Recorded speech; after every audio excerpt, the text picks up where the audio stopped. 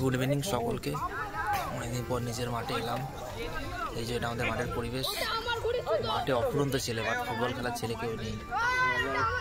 আর বহুত দিন পর আমার পার্টনার এলো পেট ফেট মোটা করে এইসব ভুড়ি কমাতে, বাট ভুড়ি কমাতেই বাচ্চা লেগেছিল।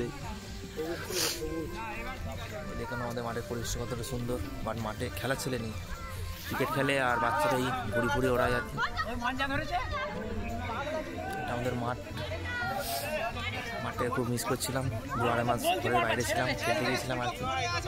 নিজের মাঠে এসে খুব ভালো লাগছে আর কি।